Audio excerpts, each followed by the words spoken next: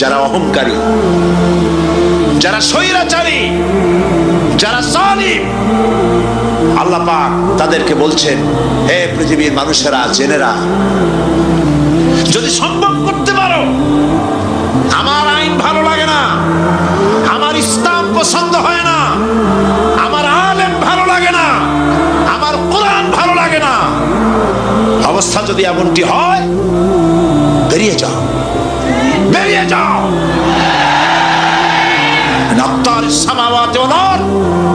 আমার সার্বভৌমত্বের ভেতর থেকে, আকাশের নিচের থেকে, জমিনের উপর থেকে বেরিয়ে যাও। ফানফুযু লা তানফুযু ইল্লা বিসুলতান। কোথায় যাবো? পালাবার জায়গা নাই, বেরোতে পারবে না। আকাশ আর জমিন দিয়ে প্যাকেট করে রেখেছি, পালাবার জায়গা নাই। কোথায় যাইবা? জুলুমের হাত যত আছে করতে থাকো, আর আল্লাহ রাব্বুল আলামিন দেখতেছেন। সুতরাং ইমানদার ব্যক্তি, তার মধ্যে বিনয় আসে, বিনম্র হয়। সে পয়সা করে আসে বলে অহংকার করে না, কারণ আল্লাহ বলেছেন, ওয়াল্লাহুল গানিয়্যু ওয়া আনতুমুল ফুকারা। আল্লাহ সাফ বলে দিয়েছেন, আল্লাহই হচ্ছেন কারো মুখাপেক্ষী নন, সম্পদশালী। আল্লাহর কোন সম্পদের অভাব নাই। ওয়া আনতুমুল ফুকারা। দুনিয়ায় তোমরা যা বাস করো সব ফকিরের গোষ্ঠী, কিচ্ছু নাই তোমাদের। তোমাদের জাতি খাইয়া শেষ করে ভালো, আর আমার কাছে যা আছে আমি শুধু দিতে থাকি, আর ভাণ্ড শুধু ভরাই থাকে, মোটেও খালি হয় না। সুবহানাল্লাহ। কাজী মুমিন বান্দা সে অর্থ এবং বিত্তের অহংকার করে না, বিদ্যার অহংকার করে না। অর্থ বিত্ত কত আছে তোমার, কয় টাকার মালিক? আল্লাহ যদি ইচ্ছে করেন, ব্রেনের ভিতরে যদি টিউমার ঢুকায় দেন, ব্রেনের একটা নার্ভ আর একটা নার্ভের সাথে জড়ায় দেবেন, জায়গা হবে কোথায়? হেমায়তপুর। হেমায়তপুর কোথায়? কাছেই, পাবনা। সুতরাং আল্লাহ পাক ইচ্ছে করলে এটা করে দিতে পারেন, পারেন না? খুব করতে পারেন। হার্টের ভেতরে ক্যান্সার দিয়ে দিতে পারেন। 14 গোষ্ঠী বিক্রি করলো, ডাক্তারের পয়সা হবে না। পারেন না আল্লাহ পাক? পারেন কি না? পারেন। সেই জন্য যত বড় ধনী হোক, পয়সার মালিক হোক, আল্লাহর উপর ঈমান আনলে পরে যে গুণটা হয়, সে অহংকারী হয় না, বিনয়ী হয়। আল্লাহ রাব্বুল আলামিন কোরআনে কারীমের ভিতরে বলে দিয়েছেন, লিল্লাহি মা ফিস সামাওয়াতি ওয়া মা ফিল আরদ। যারা সামান্য একটু রাজত্ব পাইয়া, ছোট্ট ছোট্ট একটা দেশের প্রেসিডেন্ট, প্রধানমন্ত্রী, কি হনুরে, এরকম একটা ভাব। আর্মি হাতে, বিডিআর হাতে, পুলিশ হাতে, যা খুশি তাই করি না। আল্লাহ পাক বলছেন, লিল্লাহি মা ফিস সামাওয়াতি ওয়া মা ফিল আরদ। আকাশ আর জমিনের একচ্ছত্র মালিকানা কার? চিল্লায় বলুন, আল্লাহ পাকের। সুতরাং তুমি বাপবাড়ি করে কদ্দূর পারবা? বেশি দূর যেতে পারবে না। গ্রামে গোয়াল আছে, গরু রাখে যে জায়গায়, ওই জায়গাটার নাম কি? গোয়াল। গভীর রাত্রে গরুর মালিক শুনতে পাচ্ছে গোয়াল ঘরে খুব শব্দ হচ্ছে। রাখালকে ডেকে বলছে, দেখতো কি, কিসের শব্দ?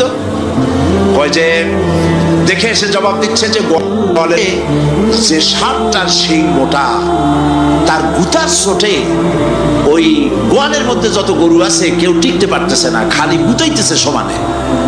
মালিক কয় যে, দীর্ঘদিন থেকে দেখতেছি এটার গুতার চোটে সমস্ত গরুগুলি অস্থির হয়ে যাচ্ছে, যা একটা মোটা দড়ি দিয়া, খাট্ট একটা দড়ি দিয়া খুঁটির সাথে জড়াইয়ে বাঁধতে রাখ গলাটারে। মোটা একটা দড়ি দিয়া গলার সাথে, খুঁটির সাথে যদি বাঁধতে দেয়, এরপরে খালি ফোঁস করতে পারবে, গুতাইতে আর পারবে না। ঠিক অনুরূপ ভাবে কোন জনপদ থেকে, কোন দেশ থেকে যখন দেশের মানুষেরা, যখন দেশের নিরস্ত্র মানুষেরা, গরিব মানুষ মানুষেরা যখন আল্লাহর দরবারে গভীর রাত্রে ফরিয়াদ তোলে, আল্লাহ জুলমে অত্যাচারে জর্জরিত হয়ে গেলাম, মার খেতে খেতে শেষ হয়ে গেলাম, অত্যাচারে অত্যাচারিত হচ্ছি, চিৎকার মারতে থাকে, আল্লাহ পাক তখন তার নজর দিয়ে দেখেন। আল্লাহ তো দেখতেই থাকেন সব সময়ের জন্য। আল্লাহ পাক কার কারণে এগুলি হচ্ছে আল্লাহ পাক টের পান। শিং কারো কারো মোটা হয়েছে, আজরাইলকে পাঠায় দেন, যাও খাটো দড়ি দিয়ে বাঁধতে থো। খাটো দড়ি কোনটা বুঝছেন? 3 হাত, 3 হাত কবর কোনটা? খাটো দড়ি দিয়ে বাঁধতে থো। সুতরাং কত বড় বড় রাজা বাদশা ক্ষমতা এলো, মানুষের উপরে জুলুম করলো, আল্লাহ পাক তার ইন্তেকাম নিয়েছেন। সেই আল্লাহ এখন আর নাই, নাউজুবিল্লাহ। সে আল্লাহ আছেন কিনা? পূর্ণ শক্তিতে বহাল কিনা? ওয়াল হাইয়ুল কাইয়্যুম। এমন অবস্থা নয় যে বাংলাদেশে কি হচ্ছে আর আল্লাহ টের পাচ্ছেন না। কি বলেন? আল্লাহ রাব্বুল আলামিন বলেন, লা তাখুযুহু সিনাতুন ওয়ালা নাওম। ঘুম নাই, তন্দ্রা নাই। কার? ঘুমানো না, তন্দ্রাও চান না। তন্দ্রা কারে কয়? জি, ঝিমটি, জিমানি, যাই বলেন আপনারা বুঝে নিয়ে। ওই যে বসে বসে এরকম করে, আল্লাহ ওরকমও করেন। ঘুমো নাই, তন্দ্রাও নাই। হযরত মুসা আলাইহিস সালাম বলছিলেন যে আল্লাহ তুমি নাকি ঘুমাও না। মুসা আলাইহিস সালাম তো খুব আদরের নবী, আল্লাহ পাকের খুব আদরের নবী, দারুণ আদর। আল্লাহ পাক বলছেন, মুসা আমি তোমারে আমার জন্য বানাইছি। সুবহানাল্লাহ। কোরআন শরীফে আছে, আল্লাহ পাক বলছেন, মুসা আমি তোমারে আমার জন্য বানাইছি। তোমাকে যখন তোমার মা দরিয়ায় ভাসায় দিয়েছিল, আমি তোমার বাক্সর দিকে তাকাইছিলাম। সুবহানাল্লাহ। আল্লাহ যদি বলেন আমি তাকাইছিলাম, সুবহানাল্লাহ। তোমারে আমার জন্য বানাইছি। সুতরাং হযরত মুসা আলাইহিস সালাম তিনি বলছেন আল্লাহ পাককে খুব আদরের নবী, তো আল্লাহ তুমি নাকি ঘুমাও না। আল্লাহ কয় তুমি বিশ্বাস করো না। হযরত মুসা আলাইহিস সালাম বললেন, আল্লাহ অবশ্যই বিশ্বাস করি, তবে বুঝি না বিষয়টা কি, বুঝি না কেমনে না ঘুমাই পারে, বুঝি না। আল্লাহ আচ্ছা ঠিক আছে, তুমি যখন বিশ্বাস করছো তখন আর অসুবিধা নেই, বিশ্বাস না করলে মুসিবত ছিল। পয়গম্বর মানুষ, তাকে তো বলতেই হবে বিশ্বাস করি, তবে বুঝি না। আল্লাহ কাছে ঠিক আছে, বিশ্বাস যখন করো আমি বুঝাই দেবো। নিয়ে আসো 1 গ্লাস পানি। 1 গ্লাস পানি নিয়ে আসলে দাঁড়ায় থাকো। মুসা আলাইহিস সালামকে আল্লাহ বললেন পানি নিয়ে দাঁড়ায় থাকো, আর ঘুমের আল্লাহ করলেন মুসারে ধর। মুসা আলাইহিস সালামের ঘুম এসে গেল। ঘুমের আমেজে হাতটা শিথিল হয়ে গ্লাসটা পড়ে ভেঙে চুরমার হয়ে গেল। হযরত মুসা আলাইহিস সালাম ভয় পেয়ে গেলেন। আল্লাহ পাক শোনায় দিলেন, ভয়ের কোনো কারণ নাই, একটা পরীক্ষার জন্যই দিলাম, তোমার বোঝার জন্যই দিলাম। তুমি যেমন 1 গ্লাস পানি নিয়ে, একটা গ্লাস নিয়ে 1 মুহূর্ত দাঁড়াতে পারলে না, ঘুম আসলো আর হাত থেকে পড়ে গ্লাসটা ভেঙে গেল। মুসারে তুমি বুঝে নাও, তুমি জেনে রাখো, তামাম সৃষ্টি জগৎ তোমার আল্লাহ, আল্লাহ রব্বুল আলামিনের হাতের মুঠার মধ্যে রয়েছে। আল্লাহ রব্বুল আলামিন যদি ঘুমায় যান, এই পৃথিবীর আকাশ এবং জমিনের সব ট্রাফিক কন্ট্রোল আল্লাহ পাক নিজেই করেন। যদি তিনি ঘুমায় যান, সব শেষ হয়ে যায়। বাংলাদেশে কি হচ্ছে, পৃথিবীর কোথায় কি হচ্ছে তা আল্লাহ দেখছেন না? চিল্লায় বলো, দেখছেন না?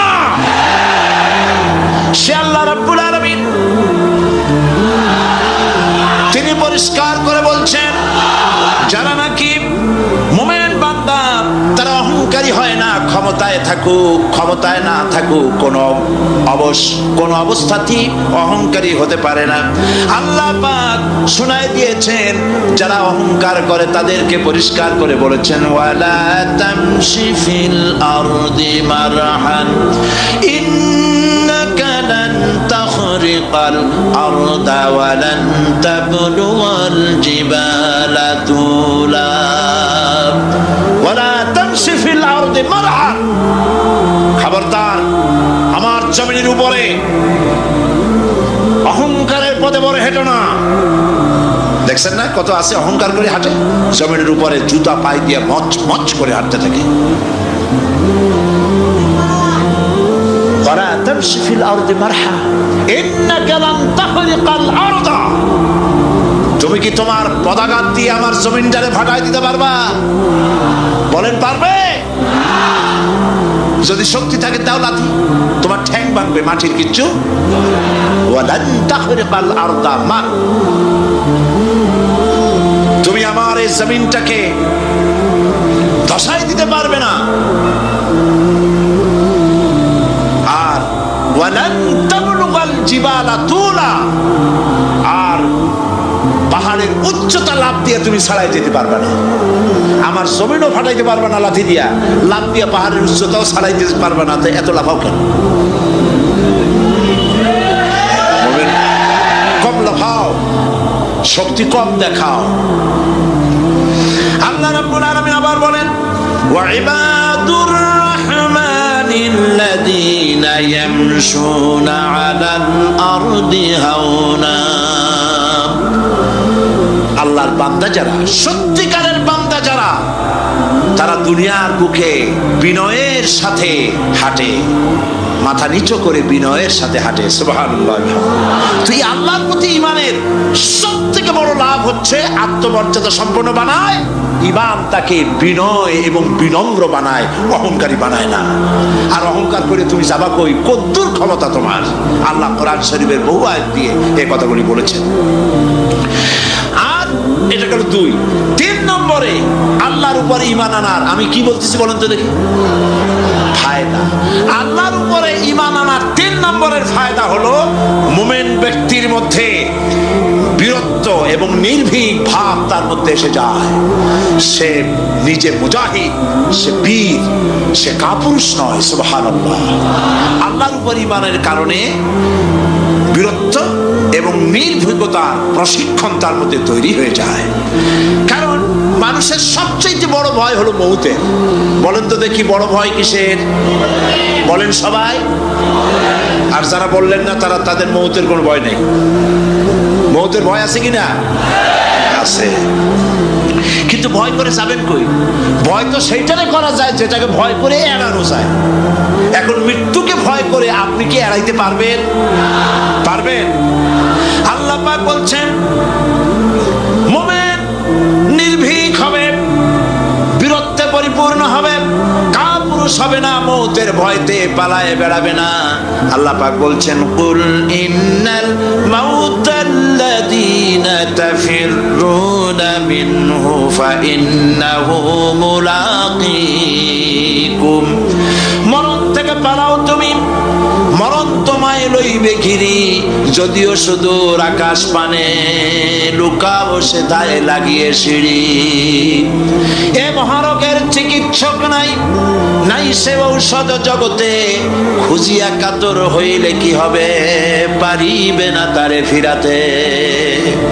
মৃত্যু যখন তোমার এসে যাবে, তোমাকে মৌতের হাত থেকে কেউ রেহাই দিতে পারবে না। মৃত্যু তোমার হবেই। সুতরাং মৌত যখন হবে তখন তাকে ভয় করে তো কোনো লাভ নাই। আর মৃত্যু কোথায় হবে, কখন হবে, আমরা কেউ জানি না। জানেন? ওয়ামা তাদরি নাফসুম বিআইয়ি আরদিন তামুত। কোন মাঠে, কোন ময়দানে, কখন মৌত হবে কারো জানা নাই। এই গত নভেম্বর মাসের শেষ দিকে আমি লন্ডন সফর করেছিলাম। এক ভাইয়ের কাছে শুনলাম, আমি অবাক হয়ে গেলাম।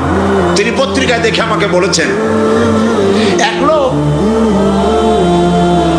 8 তলা থেকে 8 তলা বিল্ডিং এর ছাদের উপরে পড়ে গেছে। 8 তলা বিল্ডিং এর ছাদের উপর থেকে পড়িয়া তার কিচ্ছু হয়নি, হাত পাও ভাঙে নাই, মরেও নি, খালি কিছু চামড়া টামড়া ছিঁড়ে গেছে। তাড়াতাড়ি অ্যাম্বুলেন্স আসছে, অ্যাম্বুলেন্সে তাকে নিয়ে গেছে, হসপিটালে নিয়ে যাবে চামড়াগুলো সেলাই করে দেওয়ার জন্য। অ্যাম্বুলেন্সে উঠাইয়া তাড়াতাড়ি অ্যাম্বুলেন্স আসছে। দরজা যেভাবে লাগাইছে দরজাটা ভালোভাবে লাগে নাই। দেখেন নাই মাইক্রোবাসে বা অ্যাম্বুলেন্সে অনেক সময় দরজা এরকম মারে, মারার পরে অনেক সময় লাগে না, যার জন্য ড্রাইভার বলে যে দরজাটা ভালো করে লাগায় নাই। ঠিক না? দরজাটা ভালো করে লাগে নাই। সামনে চলতে গিয়ে এই গাড়িটার ব্রেক কষতে হয়েছে ড্রাইভারের কোনো কারণে। যেই না ব্রেক কষেছে আর অমনি দরজা যেটা লাগছিল না ভালো করে দরজাটা খুলে গেল, আর রুগীটা আটতলা কাছে পড়ছিল, ওইটা ছিল পাশে, সে ছিটকে গিয়ে রাস্তায় পড়লো, আর একটা বাস সামনের থেকে এসে মাটিতে তাকে চ্যাপটা করে দিয়ে চলে গেল। শুনিয়া আমার মুখ থেকে বেরিয়ে গেল আল্লাহু আকবার, বলেন আল্লাহু আকবার। কি আল্লাহ পাকের কি প্রচন্ড ক্ষমতা, কি ইচ্ছা তার। মৃত্যুর জন্য সময়ও লাগবে, জায়গাও লাগবে, দুটো জিনিস এক হতে হবে। আল্লাহ যাকে যে মৃত্যু দিবেন, মৃত্যুর জন্য সময় এবং জায়গা দুটোর কম্বিনেশন হতে হবে। আটতলা থেকে পড়বে ঠিক, কিন্তু মরবে না। আজরাইল অপেক্ষা করতেছে রাস্তায়, বাস আসবে যখন। আটতলা থেকে পড়লো, অবিশ্বাস্য ভাবে লোকটা বেঁচে গেল, আর হসপিটালে তার যাওয়া হলো না। গাড়ির দরজা খুললো, রাস্তা দিয়ে পড়লো, আজরাইল দ্রুত তার কাম সেরে চলে গেল। সুতরাং মোমেন্ট ব্যক্তি আল্লাহর উপর ঈমান আনার কারণে দুর্জয় মনোবল সৃষ্টি হয়। কাপুরুষ জীবনে কয়েকবার মরে। সাইকেলের টায়ার বাস্ট হয়েছে শুনে বেহুশ হয়, তারপরে ট্রাকের টায়ার বাস্ট হয়েছে শুনলে কানের তলা ফেটে যায়, বোম বাস্ট হয়েছে আওয়াজ শুনে হার্ট ফেল করে, পাতিশিয়ালের ডাক শুনলে কোনো হুশই থাকে না। এই হচ্ছে কাপুরুষদের কাজ। আর ইমানদার ব্যক্তি এগুলি পরোয়া করে না। তার জানা আছে যে আমার নির্ধারিত সময়ের এক মুহূর্ত আগে আমার মৌত হবে না। তো মৌত যখন আমার জন্য অবধারিত, দুনিয়ায় আসছি যখন, মৌত যখন হবে, সেই মৌত বিড়ালের মতো হোক তাকে চান, পাতিশিয়ালের মতো হোক তাকে চান। আমি তো বলি যে বিড়ালের মতো 500 বছর বেঁচে থাকার কোনো লাভ নাই, সিংহের মতো 5 মিনিট বাঁচুন। মির্জাফরের মতো 50 বছর বেঁচে থাকায় লাভ নাই, খালিদ বিন ওলীদের মতো, সিরাজউদ্দৌলার মতো বেঁচে থাকুন।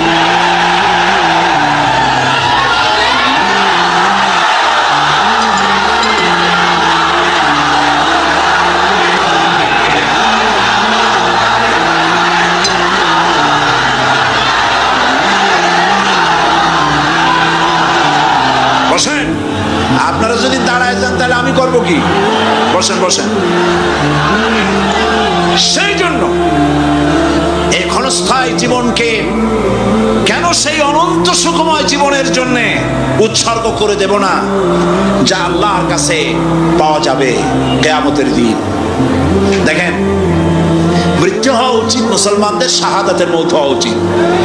কি মৌত হওয়া উচিত? আল্লাহকে আজকে প্রাণ খুলে বলি, আল্লাহ জীবন তো নিবাই, সুতরাং জীবন যখন নিবা, মৌতটা শাহাদাতের মৌত তুমি আমাদের দান করে দিও। কাপুরুষের মতো মরতে চাই না, শাহাদাতের মৌত চাই। সুবহানাল্লাহ বলেন, আমিন বলেন। মুমিন ব্যক্তি তার বড় ফায়দা, সে সাহসী হয়। সুবহানাল্লাহ বলেন। দেখেন, বুখারী শরীফের হাদিস, যুদ্ধের জন্য, বদরের যুদ্ধ, সৈন্যদেরকে রিক্রুট করছেন, কিন্তু কথা বলতে গিয়ে রাসূল করিম সাল্লাল্লাহু আলাইহি ওয়াসাল্লাম দাওয়াত দিচ্ছেন, কিন্তু মনে মনে চিন্তাও করছেন যে সামান্য কিছু লোক, অস্ত্রপাতি কম, এই জিহাদের অবস্থাটা তারা কিভাবে নেবে।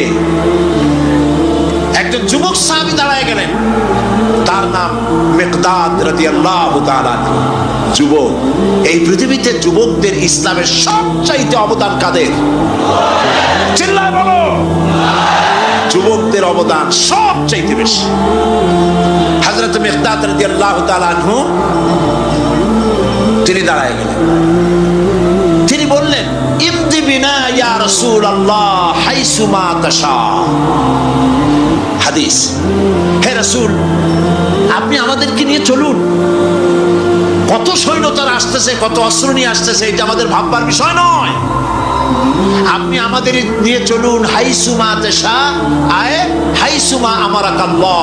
আল্লাহ আপনাকে যেদিকে আমাদের নিয়ে যাইতে কয়, আপনি সেই দিকে আমাদের নিয়ে চলুন। ইন্না লা নাকুলু লাকা কামা ক্বালা বনু ইসরাঈল লিমূসা আলাইহিস সালাম ইযহাব আনতা ওয়া রাব্বুকা ফাকাতিলা ইন্না হাউনা কাঈদুন। অর্থাৎ হে রাসূল, আমরা বনী ইসরাইলের মতো বলবো না। শোনেন, আমরা বনী ইসরাইলের মতো বলবো না যে মুসা তুমি এবং তোমার আল্লাহ এই দুইজনে গিয়ে ফেরাউনের বিরুদ্ধে যুদ্ধ করো, আমরা যাবো না, আমরা এরকম বসে থাকবো। এই কথা আমরা বলবো না। আমরা মুসা আলাইহিস সালামের উম্মত নই, আমরা মুহাম্মদ সাল্লাল্লাহু আলাইহি ওয়াসাল্লামের উম্মত। বরং আমরা বলবো বাল ইযহাব আনতা ওয়া রাব্বুকা ফাকাতিলা ইন্না মাআকুমা মুকাতিলুন। বরং আমরা বলবো আপনি চলুন, আমরা আপনার সাথে আল্লাহর হুকুম মাফিক লড়বো, জিহাদ করব। ততক্ষণ পর্যন্ত মা নামাত আইনুম মিন্না তাতাররাফ, যতক্ষণ পর্যন্ত আমাদের চোখের পাতা নড়তে থাকে ততক্ষণ আপনার সাথে থেকে কাফেরের বিরুদ্ধে লড়াই করে যাব। জীবনের পরোয়া তারা করেন নাই, জীবনের পরোয়া করেননি। হুজুর সাল্লাল্লাহু আলাইহি ওয়াসাল্লাম দারুণ ভাবে খুশি হয়ে গেলেন। হুজুর হেজিটেট ফিল করছিলেন যে এই সামান্য কিছু লোক, অস্ত্র নাই, পাতি নাই, এতগুলি লোকের বিরুদ্ধে যুদ্ধ করতে যাবে। যুবকের মুখে এই কথা শুনে হুজুর দারুণ খুশি হলেন। আল্লাহর নবী বললেন, কুমু বিনা ইলা জান্নাতিন জান্নাতুন আরদুহা কারদিস সামাওয়াতি ওয়াল আরদ। ও সাহাবীরা, তোমাদের মনোভাব যখন এই, তোমাদের মানসিকতা যখন এই, চলো আমার সাথে বেহেশতের দিকে, সেই জান্নাতের দিকে যেই জান্নাত আল্লাহর আকাশ আর জমিনের চাইতে অনেক প্রশস্ত। চলো আমার সাথে বেহেশতে, সুবহানাল্লাহ, চলো আমার সাথে জান্নাতে। ফাকামা উমাইর বিন হামাম ওয়া কানা ইয়াকুলু আত-তামার। হযরত উমাইর নামক একজন যুবক দাঁড়ায় গেলেন এবং তিনি হাতে কতগুলি খরমা ছিল, সেই খরমাগুলি তিনি চিবোচ্ছিলেন। রাসূলুল্লাহর বক্তৃতা শুনতেছিলেন আর খরমা চাবাচ্ছিলেন। খরমা চাবান, বিচিগুলি ফেলে দেন, এভাবে করতেছেন, হাতে কতগুলো খরমা। হযরতে উমাইর বলছেন, ওয়াকালা বাহ বাহ, অর্থাৎ আয় আযমাহু আয় আহসানাহু। হে রাসূল, আপনি কি সুন্দর কথা বললেন। আপনার সাথে লড়াই করতে যাব কাফেরদের বিরুদ্ধে, সেই লড়াই করলে এমন বেহেশত পাবো যে বেহেশত হবে আকাশ আর জমিনের চাইতেও প্রশস্ত। তাহলে ওয়াল্লাহি হাত্তা আকুলাহুন্না ইন্নাহা লাহায়াতুত তাবিলা, তাহলে আমার হাতে যে খরমাগুলি আছে এই সমস্ত খরমাগুলি খেতে গেলে কিন্তু অনেক সময় লেগে যাবে। এত সময় বেহেশতে যাওয়ার জন্য আমি তো তর সহ্য করতে পারবো না। ফারামাবিহিন্ন, হাতের সব খরমা ভালাই দিলেন, যুদ্ধে ঝাঁপায় পড়লেন। অনেকক্ষণ কাফেরদের বিরুদ্ধে লড়াই করে হযরত উমাইর শাহাদাত বরণ করলেন। রাসূলুল্লাহ তার লাশের কাছে গিয়ে আঙ্গুল দিয়ে ইশারা করে বললেন, ইন্নাকা মিন আহলিহা। উমাইর, তুমি যেই বেহেশতে যাওয়ার জন্য খরমাগুলি খাওয়ার সময় পাচ্ছিলে না, তাড়াতাড়ি করে খরমাগুলি হাত দিয়ে ফেলে দিয়েছিলে, আমি আল্লাহর রাসূল, আমি সাক্ষ্য দিচ্ছি অবশ্যই আল্লাহর সেই জান্নাত তোমার জন্য অবধারিত। মুমিন ব্যক্তি সে কখনো মৃত্যুর ভয়ে উদ্দেশ্য হাসিল থেকে চুপ করে বসে থাকে না। সে ভয় করে কেবলমাত্র কাকে? সে মৃত্যুর ভয়, মৃত্যু হবে এবং আমার জন্যে বিশ্বাস রাখতে হবে, আমার জন্যে যদি কোনো বুলেট এর উপরে আমার নাম লেখা থাকে, পৃথিবীর সমস্ত মানুষ আমাকে পাহারা দিয়ে সেই বুলেট থেকে আমাকে রক্ষা করতে পারবে না। আর যদি কোনো বুলেটে আমার নাম লেখা না থাকে, সারা পৃথিবীর সমস্ত মানুষ বৃষ্টির মতো গুলি বর্ষণ করলেও একটি গুলিও আমাকে বিদ্ধ করতে পারবে না। এটার নাম হলো ঈমান। এটার নাম কি? এই ঈমান পেলাম কোথায়? কোথায় পেলাম? কোরআন শরীফে। কোথায় পেয়েছি? আল্লাহ রাব্বুল আলামিন বলেন, ওয়ামা হুম বিদাররিনা বিহি মিন আহাদিন ইল্লা বিইজনিল্লাহ। একথা সুস্পষ্ট, আল্লাহর অনুমতি ব্যতিরেকে বান্দার কোনো ক্ষতি সাধন কেউ করতে পারে না। জোরে বলেন সুবহানাল্লাহ। কেউ কারো কোনো ক্ষতি ক্ষতি করতে পারবে না। যেটা ক্ষতি যদি কিছু থাকে কিসমতে, ওটা তো মুকদ্দার ছিল, তকদির ছিল, সেটাই হবে, এর বাইরে কিছুই হবে না। সুতরাং মুমিন ব্যক্তি সে সাহসী হবে, সে কখনো চিন্তা করবে না মৃত্যুর ভয়ের। উদ্দেশ্য হাসিলের জন্য হয় শরীরের পতন, না হয় মন্ত্রের সাধন, ডু অর ডাই, সে আল্লাহর জন্য তার জীবন দিতে প্রস্তুত থাকবে। কারণ আল্লাহ রাব্বুল আলামিন বলেছেন, ইন্নাল্লাহা আশতারা মিনাল মুমিনিনা আনফুসাহুম ওয়া আমওয়ালাহুম বিআন্না লাহুমুল জান্নাহ। আল্লাহ পাক বলেন, আমি আমার মুমিনের জান আর মালকে আমি খরিদ করে নিয়েছি, বিনিময়ে আমার বান্দাকে আমার জান্নাত দান করে দিয়েছি। জোরে কোন সুবহানাল্লাহ। মুমিনের জান আর মালকে নিয়েছেন, বিনিময় কি দেবেন? জান্নাত দান করে দিবেন। এটা হলো মুমিনদের আল্লাহর প্রতি ঈমান আনার জন্য 3 নম্বরের কোয়ালিটি। 4th নম্বরে আল্লাহর উপর ঈমান আনলে 4 নম্বরের যে ফায়দাটা, সে ফায়দা হচ্ছে আশাবাদ এবং মানসিক প্রশান্তি। আল্লাহর প্রতি একটা নির্ভরতা এবং আশার সৃষ্টি হয়ে যায়, সে কখনো নিরাশ হয় না। কারণ একটা মানুষ পাপ করলো, চুরি করেছে, ডাকাতি করেছে, জেনা করেছে, হত্যা করেছে, শয়তানি করেছে, বদমাশি করেছে, সব করেছে, এখন শয়তান তাকে ওয়াসওয়াসা দিতে পারে। সেই জন্য আল্লাহ রাব্বুল আলামিন বলেছেন, লা তাকনাতু মির রাহমাতিল্লাহ, বান্দারে আমার রহমত থেকে নিরাশ হয়ে যেও না। আল্লাহর রহমত, বান্দা তোমার গুনাহ কতটুকু? তোমার গুনাহ যদি হয় পাহাড় সমান, আমার রহমত আকাশ সমান। তোমার গুনাহ যদি হয়ে যায় আকাশ সমান, তাহলে আমার রহমত আমার আরশে আজিমকে ছাড়াই গেছে। সুবহানাল্লাহ, সুবহানাল্লাহ বলুন। সুতরাং মুমিন বান্দার এই আশা থাকে। গুনাহ মানুষে করেই, গুনাহ করা স্বাভাবিক। আল্লাহ পাক বলেছেন, যে ব্যক্তি গুনাহ করে আর এরপরে আমার কাছে মাফ চায়, আমি তাকে ক্ষমা করে দেই, মাফ করে দিই। সুবহানাল্লাহ। সুতরাং ইমানদার লোকদের আশা হয়, দুরারোগ্য ব্যাধি তাকে ধরেছে, সে হতাশ হবে না, মরে যাওয়ার জন্য প্রতীক্ষায় সে সময় গুনবে না, বরং তার মনের মধ্যে আশার সঞ্চার হবে, আমার রোগ আল্লাহ ভালো করে দিতে পারেন না? আমাদের জাতির পিতা কি নাম কি? হযরত ইব্রাহিম আলাইহিস সালাম। কোরআন শরীফের ভিতরে তার কথা আল্লাহ পাক কোট করে দিয়েছেন। আমাদের জাতির পিতা হযরত ইব্রাহিম আলাইহিস সালাম বলেছেন, আল্লাযী খালাকানি ফাহুয়া ইয়াহদিন। আল্লাহ তিনি আমাকে সৃষ্টি করেছেন, তিনি আমাকে রাস্তা দেখান। ওয়াল্লাযী হুয়া ইউতঈমুনি ওয়া ইয়াসকিন। আর আমি যখন ক্ষুধার্ত হই তিনি আমাকে খাওয়ান, যখন তৃষ্ণার্ত হই তিনি আমাকে পান করান। ওয়া ইযা মারিদতু ফাহুয়া ইয়াশফিন। আর যখন আমি অসুস্থ হই, রোগাক্রান্ত হই, আল্লাহ রাব্বুল আলামিন তখন আমাকে রোগ মুক্ত করে দেন। সুবহানাল্লাহ। আবার অসুখ হলে কে রোগ মুক্ত করেন? সুতরাং দীর্ঘস্থায়ী কোনো রোগ হয়েছে, মুমিন হতাশ হবে না, মুমিন হতাশ হবে না। হতাশ হয় কেবলমাত্র কাফের। হতাশ হয় কে? মুমিন কখনো হতাশ হয় না। হতাশ হওয়া ঈমানের পরিপন্থী কাজ। আল্লাহ পাক বলেছেন, লা তাকনাতু মির রাহমাতিল্লাহ, আমার রহমত থেকে মায়ুস হও না। দেখেন হযরত আইয়ুব আলাইহিস সালামের কত বড় রোগ হয়েছে, শরীর পোকায় ধরেছে, জর্জরিত হয়েছে, দুর্গন্ধ হয়েছে, গ্রামের লোকেরা তাকে বের করে দিয়েছে, স্ত্রী পুত্র পরিজন সব চলে গিয়েছে। এমনকি জিহ্বায় যখন পোকা ধরল, হযরত আইয়ুব আলাইহিস সালাম আল্লাহ রাব্বুল আলামিনের দরবারে ফরিয়াদ করলেন, আন্নী মাসানিয়াদ-দুররু ওয়া আনতা আরহামুর রাহিমিন। আয় আল্লাহ, আমি অসুস্থ হয়ে পড়েছি, আমি রোগাক্রান্ত হয়েছি, আর তোমার নাম রহমান রহিম, তুমি আমাকে রোগ মুক্ত করো।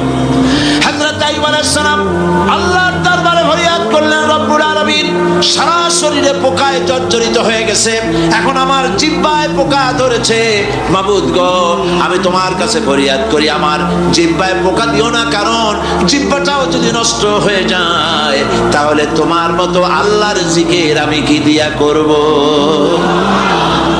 হযরত আইয়ুব আলাইহিস সালাম আল্লাহ পাকের নবীর কাছে যখন এ ধরনের ফরিয়াদ জানালেন, রব্বুল আলামিন তাকে তার রোগ মুক্ত করে দিলেন, তার স্ত্রী পুত্র সব আল্লাহ রব্বুল আলামিন ফিরাইয়া দিলেন। সুবহানাল্লাহ। সুতরাং মুমিন ব্যক্তি, কোরআন শরীফে সব আছে, কোরআনের মতো শ্রেষ্ঠ ওয়াজের কিতাব পৃথিবীতে আর শুধু বোঝার দরকার। বিপদে যত বড় বিপদ আসুক, কোন বিপদে মুমিন ধৈর্য হারাবে না। হযরত ইয়াকুব আলাইহিস সালামের ছেলে ইউসুফ আলাইহিস সালামকে যখন তিনি হারায় ফেললেন, তিনি অধৈর্য হয়ে গেছিলেন নাকি? অধৈর্য হন নাই। কারণ আমি আমার বক্তৃতার সূচনায় বলেছি, আমরা কল্যাণ বুঝি না, অকল্যাণ বুঝি না। কোন বিপদ আসতে পরে আমরা হয়রান হয়ে যাই, কিন্তু বিপদের মধ্যে কল্যাণ আছে আমরা তা বুঝতে পারি না। কথা বুঝে আসছে? হযরত ইউসুফ আলাইহিস সালামকে কুয়ার ভিতরে ফেলে দেওয়া হলো। 11 ভাই মনে করেছে কুয়ার ভিতরে ফেলে দিয়া ইউসুফ আলাইহিস সালামকে মেরে ফেললাম, কিন্তু তারা বোঝে নাই আসল কামটা কি হয়েছে। এটা তো কুয়া নয়, এটা একটা টানেল, এটা একটা সুড়ঙ্গ। একদিকে কেনান হলো তার এক মুখ, ওই সুড়ঙ্গের এক মুখ হলো কেনানের। কেনান ইউসুফ আলাইহিস সালামকে ফেলে দেওয়া হলো কুয়ার ভিতরে মারার জন্য, কিন্তু আল্লাহ পাকের ইচ্ছা ইউসুফ আলাইহিস সালাম মরবে না। এই টানেলের অপর প্রান্ত মিশরের সিংহাসনের টানেলের এপার দিয়া ইউসুফ আলাইহিস সালামকে ঢুকালেন, অপর প্রান্তে মিশরের সিংহাসনে ইউসুফকে আল্লাহ বসায়া দিলেন।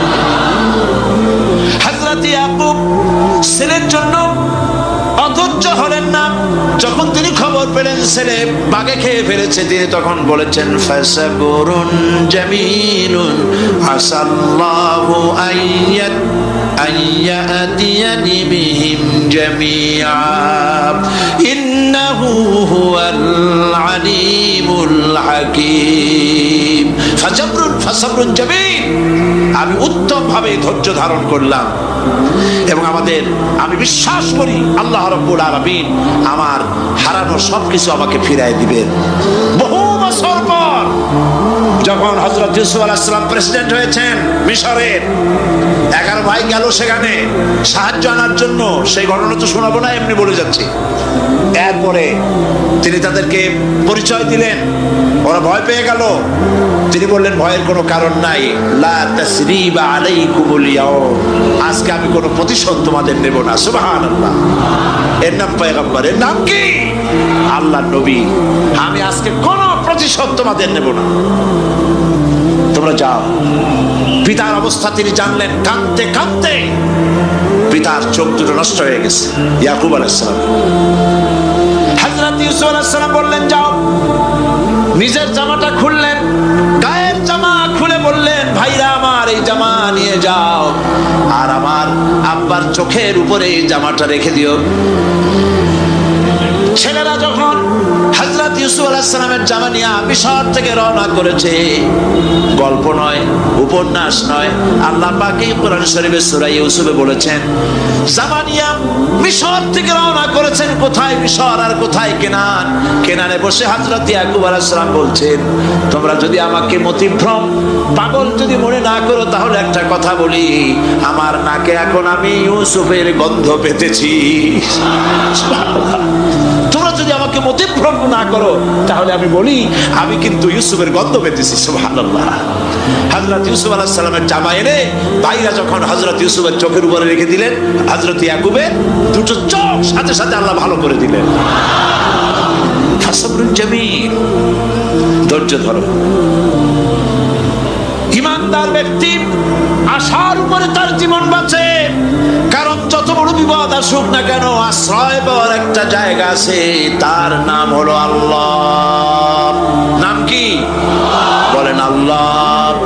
সবাই বলেন আল্লাহ, আল্লাহ, আল্লাহ, আল্লাহ। হযরত ইউনূস আলাইহিস সালাম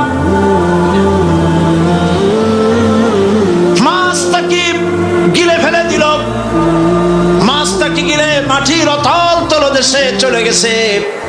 এত বড় বিপদ পৃথিবীর কোন মানুষের হতে পারে নাকি? বলেন, কি বলেন? মাছের পেটে মাছের ভিতরে জানালা নাই, দরজা নাই, বেরোবার কোনো পথ নাই। মাছ কেছে পানির অতল তলদেশ। আল্লাহ পাক কোরআন শরীফের ভিতরে মানুষকে শোনান। আল্লাহ ওয়াজ করছেন, সুবহানাল্লাহ বলেন। আল্লাহ পৃথিবীর মানুষকে ওয়াজ করছেন, দুনিয়ার মানুষকে শোনান। আমার ইউনুস তো ধৈর্য হারা হয় নাই। ওয়াদান্নুন ইয যাহাবা মুগাদিবান ফাযান্না আন লান নাকদিরা আলাইহি ফানাদা ফিয যুলুমাতি আন লা ইলাহা ইল্লা আনতা সুবহানাকা ইন্নী কুনতু মিনাজ জালিমিন। ফানাদা ফিয যুলুমাত, জামায়ে কাসির, ত্রিবিধ অন্ধকারের ভেতর থেকে হযরত ইউনূস আলাইহিস সালাম চিৎকার মারলেন। মাছের পেটের অন্ধকার, পানির অন্ধকার, রাতের অন্ধকার, ত্রিবিধ অন্ধকারের ভেতর দিয়ে মাছের পেটের মধ্য দিয়ে ইউনূস আলাইহিস সালাম চিৎকার মারলেন। অধৈর্য হন নাই, হাত ফেল করেন নাই। তিনি বলছেন, পড়েন আমার সাথে, লা ইলাহা ইল্লা আনতা সুবহানাকা ইন্নী কুনতু মিনাজ জালিমিন। তুমি ছাড়া কোনো ইলাহ নাই, কোনো পোষ্য নাই, মাবুদ নাই। তোমার পবিত্রতা ঘোষণা করছি, আমি জালিমদের অন্তর্ভুক্ত হয়ে গেছি। ইউনূস আলাইহিস সালাম যখন কাঁদতেছিলেন, আল্লাহ রাব্বুল আলামিন সেই কান্না শুনেছিলেন কিনা বলেন? শুনছিলেন কিনা? শুনতে পেয়েছিলেন কিনা? পানির ভিতরে কেউ শোনে নাই, মাছের পেটের ভিতরে ইউনূস আলাইহিস সালাম কিভাবে চিৎকার করছেন, মাছের পেটের ভিতরের আওয়াজ পানির ভিতরে কেউ শোনে নাই, জমিনে কেউ শোনে নাই, অন্তরিক্ষে কেউ শোনে নাই, সাত আকাশের ভিতরে কেউ শোনে নাই, কিন্তু আরশে আজিমের মালিক আল্লাহ রব্বুল আলামিন শুনতে পেয়েছেন। সঙ্গে সঙ্গে রব্বুল আলামিন জবাব দিলেন, ফাস্তাজাবনা লাহু ওয়া নাজ্জাইনাহু মিনাল গাম্মি ওয়া কাযালিকা নুজিল মুমিনিন। পড়েন, ফাস্তাজাবনা লাহু ওয়া নাজ্জাইনাহু মিনাল গাম্মি ওয়া কাযালিকা নুজিল মুমিনিন। আমি ইউনূসের ডাকের জবাব দিলাম। কে বলতেছেন? বড় করে বলেন, কে বলছে? আল্লাহ, সুবহানাল্লাহ। আপনারা কি ভয় পাইছেন? ভয় পেয়েছো মুসলমান? আল্লাহ রাব্বুল আলামিন বলেন, আমি আমার ইউনূসের ডাকের জবাব দিলাম। শুধু জবাব দেই নাই, আমি ইউনূসকে তার মাছের পেটের ভিতর থেকে বাঁচায় দিলাম। মাছের পেটের মধ্যে বেদনা শুরু হয়ে গেল। এমন বেদনা হয়েছে, মাছ এখন বমি না করে পারে না। কথা বুঝতে পেরেছেন? মাছ এখন বমি না করে পারে না। পানির উপরে মাছ ভেসে উঠল। আল্লাহ কোরআন শরীফের ভিতরে বলছেন, মাছ সাতরায়া কিনারায় চলে গেল, ইউনূস আলাইহিস সালামকে বমি করে ফেলে দিল। ইউনূস আলাইহিস সালাম বেঁচে গেলেন।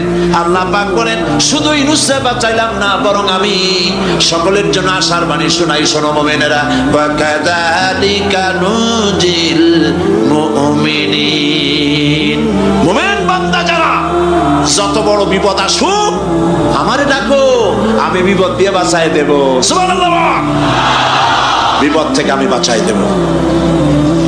আল্লাহ পাক বলেছেন, ফাইন্না মাআল উসরি ইউসরান, ইন্না মাআল উসরি ইউসরা। জেনে রাখো, দুঃখ এবং কষ্টের পরে রয়েছে সুযোগ সুবিধা, আর অসচ্ছলতার সাথে রয়েছে উদার সচ্ছলতা। যত বড় বিপদ আসছে, এই বিপদের পরে আল্লাহ পাক তার গোলামদের উপরে রহমত নাজিল করবেন ইনশাআল্লাহ। সুতরাং ইমানদার লোকেরা, তাদেরকে আল্লাহ পাক বলছেন, কোনো ভয় নাই, কোনো চিন্তা নাই, যত বড় বিপদে পড়ো আমারে ডাকো, আমি ডাকের সাড়া দিয়ে দেব। সবাই আল্লাহরে ডাকেন, সুবহানাল্লাহ ওয়ালহামদুলিল্লাহ লা ইলাহা ইল্লাল্লাহ ইল্লাল্লাহ, জোরে পড়েন সুবহানাল্লাহ, আলহামদুলিল্লাহ, লা ইলাহা ইল্লাল্লাহ, সুবহানাল্লাহ, আলহামদুলিল্লাহ।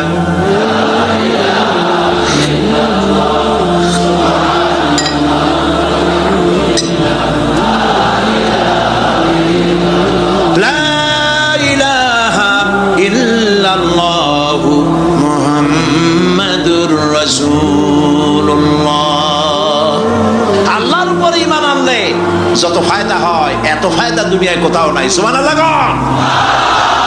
আল্লাহর উপর ঈমান আনার ৫৫ নম্বরের ফায়দা কয়টা বলছি? 5টা বলছি। আপনাদের অসুবিধা হচ্ছে নাকি? তাড়াতাড়ি শেষ করতেছি। 6টা বলবো। এ হলো ৫৫ নম্বর। তারপর আমরা দোয়া করব। দোয়ার দরকার আছে কিনা এই সময়? ৫ম নম্বরে আল্লাহর উপরে ঈমান আনলে পরে আরেকটি বড় ফায়দা, সেটা হলো কঠিন এবং কঠোর বিপদে আল্লাহ পাক তার মধ্যে অবিচলতার এবং ধৈর্য ধরার তৌফিক দিয়ে দেন। সুবহানাল্লাহ। যত বড় বিপদ আসুক, সেই বিপদে মুসিবতে আল্লাহ পাক মুমিনদেরকে আল্লাহর উপরে নির্ভরতা শিখায় দেন। সুবহানাল্লাহ। কারণ মুমিনদের জানা আছে যে ইমানদারদের বিপদ নতুন কিছু নয়, একেবারে আদম আলাইহিস সালাম থেকে শুরু হয়ে আসছে, ঠিক কিনা? আদম আলাইহিস সালামের বিপদ হয় নাই? আদম আলাইহিস সালামের বিপদ কি? শয়তান। তার বিপদ কি? শয়তান ছিল বিপদ। প্রত্যেক নবীর সময়ই মানুষের নবীদের কষ্ট দিছে, দেয় নাই? বিশ্বকবি ইকবাল বলেছেন, সতীজা কা রহা है असल से तायम रोज, सतीजा का रहा है असल से तायम रोज, चरागे मुस्तफा भी से शरारे बुलहबीस। আমলমান কাল থেকে শুরু করে মুহাম্মদ সাল্লাল্লাহু আলাইহি ওয়াসাল্লামের চিরাগকে, নূরকে, ঈমানকে, ইসলামকে নিভায় দেওয়ার জন্য আবু জাহেলের গোষ্ঠীরা চিরকাল চেষ্টা করেছে। সব চেষ্টা কর্পূরের মতো উড়ে গেছে, মুহাম্মদ সাল্লাল্লাহু আলাইহি ওয়াসাল্লামের চিরাগ টিম টিম করে জ্বলতে রয়েছে। আল্লাহ পাক বলছেন, ইউরিদুনা লিইউতফিউ নূরাল্লাহি বিআফওয়াহিহিম ওয়াল্লাহু মুতিম্মু নূরিহি ওয়ালাউ কারিহাল কাফিরুন। ওরা চায় মুখের ফু দিয়া, কারা? কাফেরেরা। ইসলাম সহ্য করতে পারে না যারা, ওরা চায় মুখের ফু দিয়া আমার আলোটাকে নির্বাপিত করে দেবে। আল্লাহ পাক বলেন, ওয়াল্লাহু মুতিম্মু নূরি, আমি আমার নূরকে পূর্ণতা দান করব, তাতে কাফির বেঈমানদের মনের ভিতরে যত জ্বালা হোক, যন্ত্রণা হোক, ওদের কলজা যত পুরুক, ইসলাম তার বিজয় পতাকা নিয়ে উঠবে, কেউ ঠেকাতে পারবে না। আল্লাহ রাব্বুল আলামিন, আল্লাহ পাক বলছেন, ওয়াকাযালিকা জাআলনা লিকুল্লি নাবিয়্যিন আদুওয়াম মিনাল মুজরিমিন। আর এমনি করে আমি সকল নবীর শত্রু বানিয়েছি সব পাপিষ্ঠ অপরাধ প্রবণ লোকদের। শুনছেন কথা? শোনেন নাই? আল্লাহ পাক বলছেন, দুনিয়ার সব নবীদের তাদের জন্য আমি শত্রু বানাইছি। কাদেরকে? যারা সবথেকে বেশি পাপিষ্ঠ অপরাধ প্রবণ। এরা হচ্ছে নবীর দুশমন, এরা সব দুশমনি করে। আজ দেশের আলেমদের সাথে দুশমনি করে সবচাইতে বড় পাপিষ্ঠ। এটা কোরআন। এটা কি? কোরআন। জোরে বলেন, এটা কি? আল্লাহ রাব্বুল আলামিন বলছেন, ওয়া কাযালিকা জাআলনা লিকুল্লি নাবিয়্যিন আদুওয়াম মিনাল মুজরিমিন। সব পাপীরা, পাপিষ্ঠরা আমার দ্বীনের দাওয়াত যারা দেয় তাদেরকে জীবনের দুশমন মনে করে। কেন? শোনেন, আমি কারো আওয়াজ শোনাচ্ছি? কারো আওয়াজ শোনাচ্ছি? আমার আল্লাহর আওয়াজ। অপরাধটা কি? নবীদের বিরুদ্ধে, নবীর ওয়ারিস হাদিস, ওয়ারাসাতুল আম্বিয়া কারা? তো তাদের বিরুদ্ধে তাদের অপরাধটা কি? তাদের অপরাধ সম্পর্কে আল্লাহ নিজে বলেন, ওয়ামা নাকামু মিনহুম ইল্লা আইয়ুমিনু বিল্লাহিল আজিজিল হামিদ।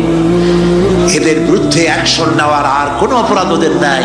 ওদের একমাত্র অপরাধ, ওরা আল্লাহর জমিনে আল্লাহর আইন প্রতিষ্ঠা করতে চায়। এটাই হচ্ছে একমাত্র। এই অপরাধে নবীদের শাস্তি হয়েছে, নবীরা মার খেয়েছেন, সাহাবায়ে কেরাম মার খেয়েছেন।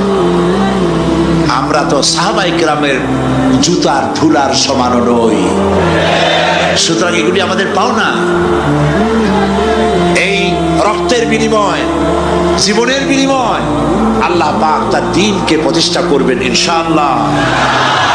হযরতে খাব্বাব, বুখারী শুনুন, বুখারীর হাদিস। আমি কোনো কথা বানিয়ে বলি না, আমি লেখাপড়া করি, পড়াশোনা করি, চোখে দেখি, তারপরে কথা বলার চেষ্টা করি। বাজে গপ্প কিস্সা কাহিনী বলার অভ্যাস আমার কোনো কালে ছিল না, নাই। রাসূল করিম সাল্লাল্লাহু আলাইহি ওয়াসাল্লামের মতো মানুষ, ওনার মতো মানুষ, আহারে, তার চাইতে শ্রেষ্ঠ মানুষ কি পৃথিবীতে আছে? তিনি মার খাইছেন না খান নাই? আহা, কিভাবে তাকে মারলো! গলায় চাদর দিয়ে পেঁচাইয়া আছাড় মেরে ফেলে দিয়ে তারপরে তাকে প্রহার করা হয়েছে। আবু জাহেল মেরেছে, বেহুশ হয়ে গেছেন হুজুর। হযরত হামজা তখনও কাফের ছিলেন। শিকার থেকে ফিরে এসে মুহাম্মদ সাল্লাল্লাহু আলাইহি ওয়াসাল্লামের অবস্থা দেখে পায়ের রক্ত মাথায় উঠে গেছে। আপন ভাইয়ের ছেলে, আর এমন ছেলে। চলে গেলেন আবু জাহেলের বাড়ি, বললেন, আবু জাহেল, তুই নাকি মুহাম্মদ সাল্লাল্লাহু আলাইহি ওয়াসাল্লাম মারছিস, কেন মারলি? তিনি তো ভালো কথাই বলেন, সব সময় বলেন সত্য কথা বলো, মানুষের উপকার করো, এতিমকে আশ্রয় দাও। এত সুন্দর সুন্দর ভালো ভালো কথা বলেন, তার মতো ভালো মানুষ তো দুনিয়ায় দেখি নেই। মানলি কেন? তুই কি মনে করছিস যে আব্দুল্লাহ মারা গেছে বলে এতিম হয়ে গেছে মুহাম্মদ সাল্লাল্লাহু আলাইহি ওয়াসাল্লাম? তোর মনে রাখা উচিত, আব্দুল্লাহ মারা গেছে, হামজা মরে নাই। হযরত হামজা ধনুক বাইর করলেন, এক বাড়ি মারলেন মাথার উপরে, মাথা ফাটা রক্ত বেরিয়ে গেল। হামজা হন হন করে হেঁটে এলেন রাসূলের কাছে। হুজুরের অসুস্থ দেহ মোবারক কোলে উঠায় নিয়ে বললেন, বাবা। তার মস্তক মোবারক কোলে উঠায় দিয়ে বললেন, আমি আবু জাহেলের মাথা ফাটিয়ে রক্ত বের করে দিয়ে এসেছি, তুমি একটু খুশি হও। হুজুর বললেন, চাচা, কার মাথা ফাটাইছেন, কার রক্ত বের করেছেন, এই কথা বলে তো আমাকে আপনি খুশি করতে পারবেন না। তিনি বললেন, বাবা, তুমি কি হলে খুশি হও? তিনি বললেন, আমি খুশি হই চাচা, তোমার মুখে যদি একটা বার আমি ঈমানের কলেমা শুনতে পাই। হযরতে হামজা বললেন, মুহাম্মদ সাল্লাল্লাহু আলাইহি ওয়াসাল্লাম, আমার বুঝতে মোটেও কষ্ট হয়নি, তুমি কোনো সাধারণ মানুষ নও। সাধারণ মানুষের প্রতিশোধে তুমি বিশ্বাসী হতে, খুশি হতে, প্রতিশোধে বিশ্বাসী হওনি। তুমি অবশ্যই আল্লাহর নবী। আমি আল্লাহকে সাক্ষী রেখে, আমি তোমাকে সাক্ষী রেখে ঈমানের কালেমা ঘোষণা করছি, লা ইলাহা ইল্লাল্লাহু মুহাম্মাদুর রাসূলুল্লাহ। ভাইরা আমার, আল্লাহর দ্বীন প্রতিষ্ঠার জন্য আমার নবীদেরকে কষ্ট করতে হয়েছে, সাহাবায়ে কেরামদেরকে কষ্ট করতে হয়েছে, আল্লাহর ওলিদেরকে। ইমাম আবু হানিফা রাহমাতুল্লাহ আলাইহি 8 বছর জেলের মধ্যে রাখা হয়েছিল। ইমাম আহমদ বিন হাম্বলকে চাবুক মেরে মেরে গায়ের কষ্ট আর চামড়া তুলে ফেলে দেওয়া হয়েছিল। তারপরেও তারা বাতিলের সামনে মাথা নত করে নাই। এর নাম হচ্ছে ইসলাম। এর নাম কি? বুখারীর হাদিস, হযরত খাব্বাব বিন আরিত রাদিয়াল্লাহু তাআলা আনহু।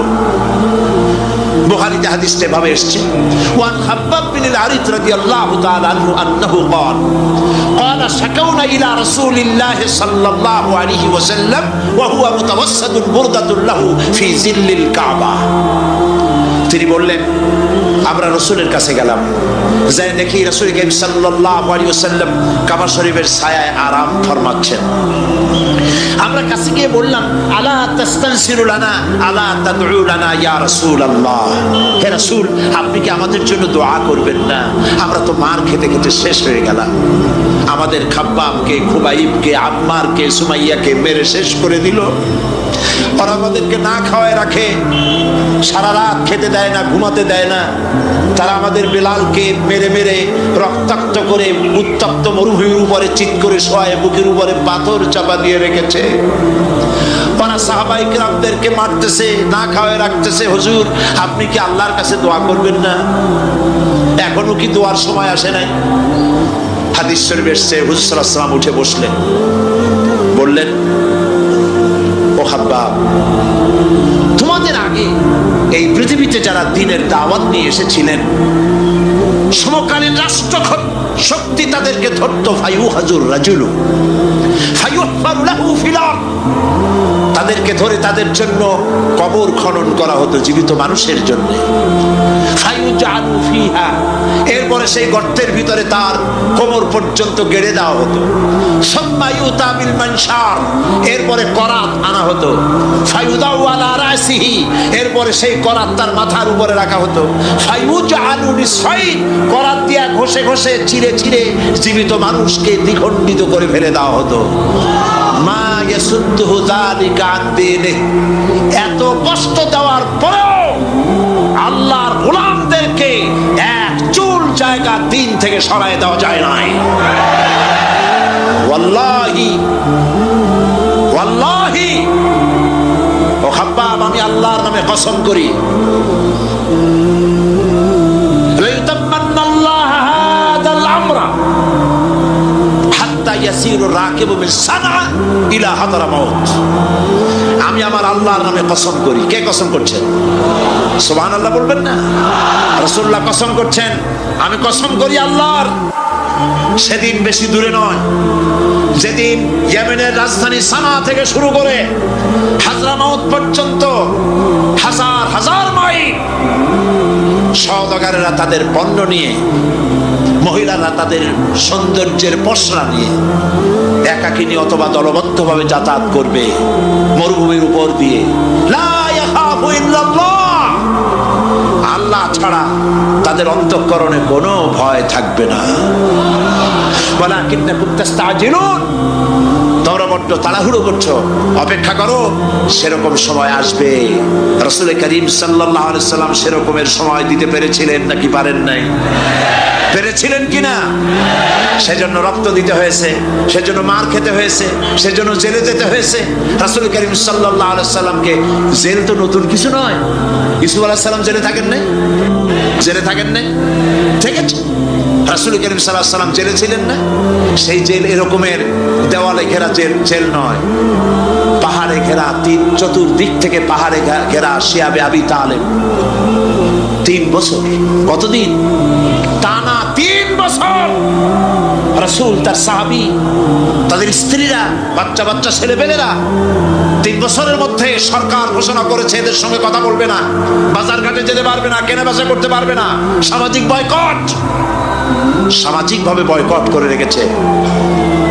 সাথে যা ছিল খাবারগুলি শেষ হয়ে গেছে, তারপরে উট ছিল, ভেড়া ছিল, খাইয়ে শেষ হয়ে গেছে। এরপরে যখন কিছু নাই, উটের চামড়া ভিজাইয়া ভিজাইয়া, শুকনা চামড়া ভিজায় খেয়েছে। যুবকেরা ক্ষুধার যন্ত্রণায় বাবলা গাছের পাতাগুলি চাবায় খাইতে গিয়া কাটা ফুটে জিহ্বা থেকে রক্ত পড়েছে। বাচ্চা ছেলেপেলেগুলি মায়ের বুকে দুধ পায় নাই, না পায়া বাচ্চারা চিৎকার করে উঠেছে। এই চিৎকার, ক্ষুধার জ্বালার এই চিৎকারের আওয়াজ শুনে কাফেরেরা চতুর্দিকে অট্ট হাসিতে ফেটে পড়েছে। সুতরাং জেল জুলুম মুসলমানদের জন্য, আলেমদের জন্য, পীর বুজুর্গদের জন্য নতুন কিছু নয়। এই সব এই অত্যাচারের পরেই আল্লাহ পাকের দ্বীন কায়েম হয়েছিল মদিনায়। রাসূলুল্লাহ বলেছিলেন, খায়রুল কুরুনি কারনি, সর্বশ্রেষ্ঠ যুগ আমার যুগ। বন্ধুগণ, আল্লাহর উপরে ঈমান আনলে মানুষের ভিতরে এ ধরনের অবিচলতা আসে, বিপদে ধৈর্য ধরার হিম্মত পয়দা হয়ে যায়। সুবহানাল্লাহ বলো। মুসা আলাইহিস সালাম কে? মুসা আলাইহিস সালাম কোরআন ওয়াজ করতেছে, সুবহানাল্লাহ বলেন। গল্প করতেছি না কোরআন শোনাচ্ছি? গল্প করতেছি না হাদিস শোনাচ্ছি? আল্লাহ রাব্বুল আলামিন বলেন, ফিরআউন মুসা আলাইহিস সালামকে চতুর্দিক থেকে, তিন দিক থেকে ঘেরাও করেছে। একদিকে দরিয়া, তিন দিকে ফিরআউনের সৈন্যরা। কোরআন শরীফে ঘটনা এভাবে তুলতেছে, ফালাম্মা তারা আল জামআন ক্বালা আসহাবু মূসা ইন্না লামুদরাকুন। মুসা আলাইহিস সালামের সাথীরা বলছেন, হে মুসা, আমরা তো পাকড়াও হয়ে গেছি, পালাবার কোনো পথ নাই, মরছি। মুসা আলাইহিস সালাম ভয় পাইছিলেন নাকি? ঈমান কারে বলে? হযরত মুসা আলাইহিস সালাম বললেন, কাল্লা ইন্না মা'য়া রাব্বী সায়াহদিন। নিশ্চয় নয়, অবশ্যই নয়, রব্বী সায়াহদিন, আমার প্রভু অবশ্যই, সিন দিয়ে বোঝানো হচ্ছে অবশ্যই আমার রব আমার জন্য রাস্তা করে দেবেন। এর নাম ঈমান। সুবহানাল্লাহ বলেন। এর নাম ঈমান। চতুর্দিক থেকে বিপদ ঘনীভূত, বেরোবার কোন রাস্তা নাই। ওর মধ্য দিয়ে ওমাইয়াত্তাকিল্লাহা ইয়াজআল লাহু মাখরাজা, কোন রাস্তা নাই, চতুর্দিকে অন্ধকার। একবারে যদি বান্দা আমার উপরে ভয় করে, আমাকে ভালোবাসে, আমাকে ভয় করে, সবর ইখতিয়ার করে, অন্ধকারের ভেতর থেকে নিশ্চিদ্র অন্ধকারের ভেতর দিয়ে আলোর রশ্মি বের করে মুমিনদের যাওয়ার জন্য রাস্তা করে দেব। মুসা আলাইহিস সালাম বললেন, ভয় পাইও না, আল্লাহ আমাদের পথ তৈরি করে দিবেন। আল্লাহ রাব্বুল আলামিন হযরত মুসা আলাইহিস সালামকে বললেন, হাতের লাঠি দিয়া দরিয়ার উপরে আঘাত করো। মুসা আলাইহিস সালাম আঘাত করলেন। রাস্তা দরকার ছিল একটা। মুসা আলাইহিস সালামের এক আঘাতে রব্বুল আলামিন দরিয়ার ভিতরে মুসা আলাইহিস সালাম এবং তার সাথী সঙ্গীদের পারাপারের জন্য 12টা রাস্তা পয়দা করে দিলেন। গল্প না কোরআন। রাস্তা তৈরি হয়ে গেল 12টা, সব পার হয়ে গেল। ফিরআউন তার দলবল নিয়ে আসছে।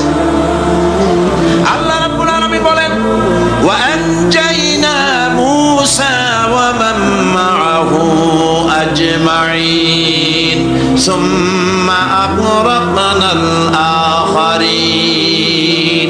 মুসা আলাইহিস সালামকে পার করলাম, পিছনে যারা আসতেছিল, কারা আসতেছিল? ফিরআউন। ফিরআউন আসছে তার দলবল নিয়ে। আসে রাস্তা দেখা মনে করছে ওর বাজানের তৈরি করে রাস্তা, দলবল নিয়ে নামছে। দরিয়ার মাঝখানে এলো, আল্লাহ পাক অর্ডার করলেন কুল, ব্যাস রাস্তা বন্ধ হয়ে গেল। রাস্তা কি হয়ে গেল? শুরু হয়ে গেল চুবড়ি। পানির ভিতরে চুবড়ি খাচ্ছে, নিচে যায়, উপরে ওঠে। পানি খাইতে খাইতে ব্যাগ পোটকা মাছের মতো এরকম মোটা হয়ে গেছে। ডুবে ডুবে সব করছে। আর ফেরাউন একা, কেউ নাই। ফেরাউন একা। ফেরাউন পানির ভিতরে চুবড়ি খেতে খেতে তুফানের ভিতর থেকে নাক একটু জাগায় আর বলে, আমানতু আন্নাহু লা ইলাহা ইল্লাল্লাযী আমানাত বিহি বানু ইসরাঈল। ও আল্লাহ, তুমি ছাড়া কোনো ইলাহ নাই। আমি ঈমান আনলাম ওই আল্লাহর উপরে। বনি ইসরাঈল ঈমান আনছে যার উপরে।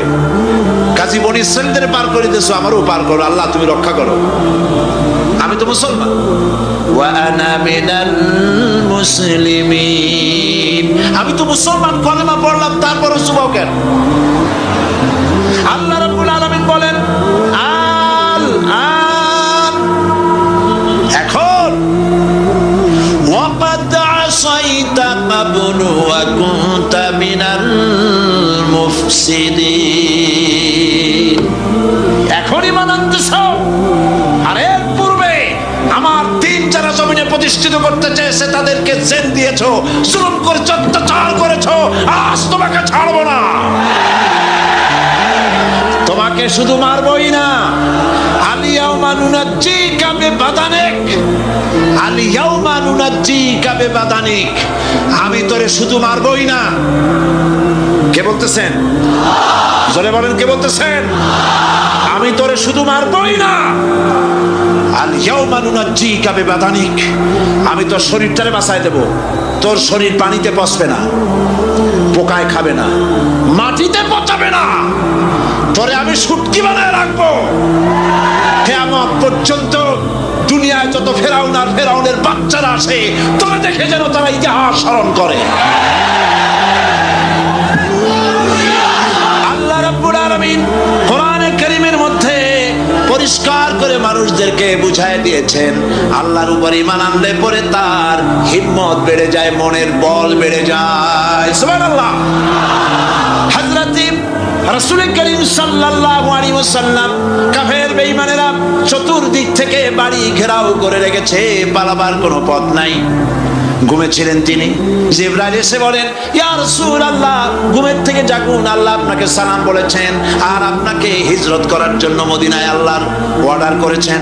বাড়ির চতুর্দিকে কাফেররা তরবারি নিয়ে দাঁড়ানো। নবীজি ঘুমের থেকে জেগে হযরত আলীকে ডেকে বলেন, আলী, আমার বিছানায় আমার চাদর মুড়ি দিয়া ঘুমায় থাকো, আল্লাহ আমাকে অর্ডার করেছেন, আমি মদিনায় চললাম। হযরত আলী হুজুরের দিকে তাকায় বলেন, ইয়া রাসূলুল্লাহ, আপনার বিছানায় আপনার চাদর মুড়ি দিয়ে আমি ঘুমায় থাকবো, সকালবেলায় কাফের বেঈমানেরা এই ঘরের মধ্যে প্রবেশ করে আপনার কম্বলের নিচে আমারে দেখে তারা মুহাম্মদ মনে করে আমারই তারা কেটে কেটে টুকরা টুকরা করে দেবে। আমার কোনো আপত্তি নাই, কোনো ভয় নেই, কোনো চিন্তা নাই, কোনো দুঃখ নাই, বরং আমার মনের মধ্যে এটাই তৃপ্তি হবে যে আমি আলীর জীবনের বিনিময়ে আল্লাহর নবী দুনিয়ায় বেঁচে থাকেন। নবীজি ঘরের থেকে বেরোলেন, চতুর্দিকে দেখেন কাফের বেঈমানেরা দাঁড়ানো, শত শত কাফের, হাতে তরবারি। হুজুর সাল্লাল্লাহু আলাইহি ওয়াসাল্লাম এক মুষ্টি বালু হাতে নিলেন, এক মুঠো বালু হাতে নিয়ে ফু দিয়া বালুগুলো ছেড়ে দিলেন। ঘরের চতুর্দিকে যত কাফের ছিল সবগুলির চোখের মধ্যে বালি ঢুকে গেছে। চোখের মধ্যে যদি বালি ঢোকে তাহলে কি মজা লাগে না? দুই হাত দিয়া সমানে ঘষা শুরু করছে কাফেরেরা, দুই চোখ আঙ্গুল দিয়া ঘষাঘষি করছে। এই ফাঁক দিয়া নবীজি বেরিয়ে গেলেন, একটা কাফেরও দেখে নাই নবী কোথায় গেলে। আল্লাহ পাক পরবর্তী সময়ে নবীজিকে শোনায় দিলেন, ওয়ামা রামাইতা ইয রামাইতা ওয়ালাকিন্নাল্লাহ রামা। নবী, আপনি নিক্ষেপ করেন নাই যখন আপনি নিক্ষেপ করছিলেন, আপনি তো শুধু ধুলাগুলো ধরে এমনি ছাড়ছেন। ঘরের চতুর্দিকে সমস্ত কাফেরদের চোখে পানি পৌঁছে দেওয়ার দায়িত্ব আমার কুদরত গ্রহণ করেছিল। নবীজি হযরত আবু বকরের বাড়িতে এলেন, দরজায় দাঁড়িয়ে নক করেছেন, ভেতর থেকে আওয়াজ এলো। হুজুর বললেন, ইয়া আবু বকর। হযরত আবু বকর পিছন থেকে দরজার মধ্য থেকে ঘরের মধ্য থেকে জবাব দিলেন, লাব্বাইকা ওয়া সাদাইকা ইয়া রাসূলুল্লাহ। হুজুর প্রশ্ন করলেন, আবু বকর, গভীর রাত্রে জিবরাইল আমারে ঘুম থেকে জাগাইলো, তোমারে জাগাইলো কে? একটাকে উঠলা কেমনে? হযরত আবু বকর বলেন, ইয়া রাসূলুল্লাহ, আপনি আমারে নিয়ে হিজরত করবেন বলেছিলেন, আমি চিন্তা করেছি না জানি কত রাত্রে নবীজি আসেন, আর আমার দরজায় দাঁড়ায়া নবীজি আমারে ডাকবেন, আমি থাকবো শুইয়া, বেয়াদবি হয়ে যাবে। এই জন্য বিছানায় না ঘুমায়া আপনার পবিত্র জবানের ডাক শোনার জন্য এত রাত ধরে এই দরজার সঙ্গে দাঁড়ায়া দাঁড়ায়া ঘুমাইতেছিলাম। নবীজি হযরত আবু বকর রাদিয়াল্লাহু তাআলা নুকে সঙ্গে করে নিয়া মদিনার পথ পরিহার করে মেসফালার মধ্য দিয়ে যারা হজে গেছেন দেখে আসছেন, মেসফালা জাবালে কেদোয়া, মেসফালার উপর দিয়া জাবালে কেদোয়ার উপর দিয়া আরো একটা পাহাড় পাড়ি দিয়া জাবালে সুরে চলে গেলেন। সন্ধ্যা হয়ে গেল, ফজর হয়ে কি বলে ফজর রক্ত হয়ে গেল। হযরত আবু বকর বলেন, ইয়া রাসূলুল্লাহ, পালাবার উপায় নাই, ধরা পড়ে যাব, তাড়াতাড়ি চলেন গুহার মধ্যে ঢুকি। তবে পাহাড়ে গুহা, সাপ থাকতে পারে, বিচ্ছু থাকতে পারে, আমি আগে ঢুকি, কোনো বিপদ হয় আমার উপরে হয়ে যাক, আল্লাহর নবী সুস্থ থাকুক। হযরত আবু বকর কি কি মহব্বত, নিজের জীবনের চাইতে রাসূলের মহব্বত বেশি। সুবহানাল্লাহ। এই জন্য নবীজি বলেছেন, ও আমার সাহাবীরা, तमाम পৃথিবীর সমস্ত মুমিনের ঈমান যদি এক পাল্লায় রাখা হয় আর একা আবু বকরের ঈমানটা যদি আরেক পাল্লায় রাখা হয়, তোমরা দেখতে পাবে तमाम পৃথিবীর মুমিনের ঈমানের তুলনায় একা আবু বকরের ঈমানের পাল্লাটা ভারী হয়ে গেছে। হযরত আবু বকর বুয়া সাফ করে হুজুরকে ডাকলেন, হুজুর ভিতরে ঢুকলেন, বলেন আবু বকর, সারা রাতের একটা বিরাট অংশ হাঁটছি, পাহাড় পেয়েছি, কষ্ট হয়েছে, তুমি একটু বসো, তোমার উরুর উপরে মাথা রেখে আমি একটু ঘুমায় যাই। হুজুর ঘুমায় গেলেন। হযরত আবু বকর লক্ষ্য করলেন গুহার গায়ে অনেকগুলি ছিদ্র, এই ছিদ্র দিয়ে বড় বড় সাপ বেরোতে পারে, বিচ্ছু বেরোতে পারে, পাহাড়ে কি বেরোয় ভয় পেলেন তিনি। তিনি জামা ছিঁড়ে ছিঁড়ে, চাদর ছিঁড়ে ছিঁড়ে গর্তগুলি বন্ধ করতে লাগলেন। কয়েকটা গর্ত বন্ধ করা গেল না, কাপড় শেষ। এবার তিনি নিজের পা দিয়া গর্ত বন্ধ করে বসে আছেন। বিষধর এক সাপ বহু চেষ্টা করেছে বেরোবার, কোনো পথ না পেয়ে ছিদ্র পথে বেরিয়ে এসে হযরত আবু বকরের পায়ের উপরে দংশন করেছে। হযরত আবু বকর বিষের যন্ত্রণায় চোখ দিয়ে পানি পড়ছে, চোখের পানি দেখে রাসূলুল্লাহ ঘুম ভেঙে গেল। ঘুম ভেঙে হুজুর দেখেন হযরত আবু বকরের চোখে পানি। হযরত রাসূল জিজ্ঞেস করেন, আবু বকর কাঁদো কেন? বাড়ির কথা মনে পড়লো নাকি? বউ বাচ্চার কথা মনে পড়লো নাকি? কাঁদো কেন? হযরত আবু বকর বলেন, ইয়া রাসূলুল্লাহ, সেই দিন কালেমা পড়ে ঈমান এনেছি, সেদিন থেকে আমার জীবন, আমার স্ত্রী পুত্র পরিজনের চাইতে, আমার জীবনের চাইতে আপনাকে বেশি ভালোবাসি। হুজুর বলেন, কাঁদো কেন? হযরত আবু বকর সাপের দংশনের কথা বললেন, যন্ত্রণায় কাঁদতেছি। হুজুর মুখ থেকে একটুখানি থুতু মোবারক বার করে দংশিত জায়গায় লাগাই দিলেন, যন্ত্রণা বন্ধ হয়ে গেল। হযরত রাসূল বলেন, আবু বকর, যখনই দংশন করেছিল আমার উঠাও নাই কেন? তোমারটা তো কষ্ট করা লাগতো না। হযরত আবু বকর বলেন, ইয়া রাসূলুল্লাহ, সাপের বিষের দংশনের যন্ত্রণায় কষ্ট করেছি, আমার কলিজাটা যদি জ্বলে পুড়ে জর্জরিত হয়ে যেত, রাসূলুল্লাহ আরাম ফরমাচ্ছিলেন, আমি সেই আরামে বিঘ্ন ঘটাতে পারতাম না। ইত্তাবসারে কাফির বেঈমানেরা খুঁজতে খুঁজতে বুখারী শরীফের হাদিসে এসেছে, ওই গুহার কাছে এসে গেছে। এখন কেউ বলে একজন বলে এরই মধ্যে আছে, আর একজন বলে নাই। একজন বলে যদি থাকতো তাহলে উপরে মাকড়সার চাল কেমনে, কবুতরে ডিম পাড়িয়ে সেখানে বসে আছে কেমনে? একজন বলে আছে, আর একজন বলে নাই। হযরত আবু বকর বলেন, হুজুর ভয় পেয়ে গেছি, আমরা তো ধরা পড়ে যাব। হযরত আবু বকর রীতিমতো ভয়তে কেঁদে ফেলে দিলেন। আল্লাহর নবী হযরত আবু বকরকে বিরাট বিপদের মধ্যে, এমন গুহা, বসলে পরে মাথা দেখা যায়, শুয়ে হাঁটু উঁচু করলে হাঁটু দেখা যায়, স্বল্প পরিসর, অগভীর ছোট্ট গুহা, আমরা ধরা পড়ে গেছি, উপায় নাই। আল্লাহর নবী হযরত আবু বকরকে কি বলে সান্ত্বনা দিয়েছিলেন, কোরআন শরীফে আল্লাহ পাক তা উঠায় দিয়েছেন, ইযহুমা ফিল গার ইয ইয়াকুলু লিসাহিবিহি লা তাহজান ইন্নাল্লাহা মা'ানা। ও আমার সাথী, ভয় পেও না, আমরা মাইনরিটি নই, আমরাই মেজরিটি, কারণ আল্লাহ রাব্বুল আলামিন আমাদের সাথে আছেন। রব্বানা তাকাব্বাল মিন্না ইন্নাকা আনতাস সামিউল আলিম ওয়া তুব আলাইনা ইন্নাকা আনতাত তাওয়াবুর রহিম। সুবহান রাব্বিকা রাব্বিল ইজ্জাতি আম্মা ইয়াসিফুন ওয়া সালামুন আলাল মুরসালিন ওয়ালহামদুলিল্লাহি রাব্বিল আলামিন। ওয়াজআল আখিরা কালিমাতিনা ইনদাল মাউত লা ইলাহা ইল্লাল্লাহু মুহাম্মাদুর রাসূলুল্লাহ। আসসালামু আলাইকুম ওয়া রাহমাতুল্লাহ।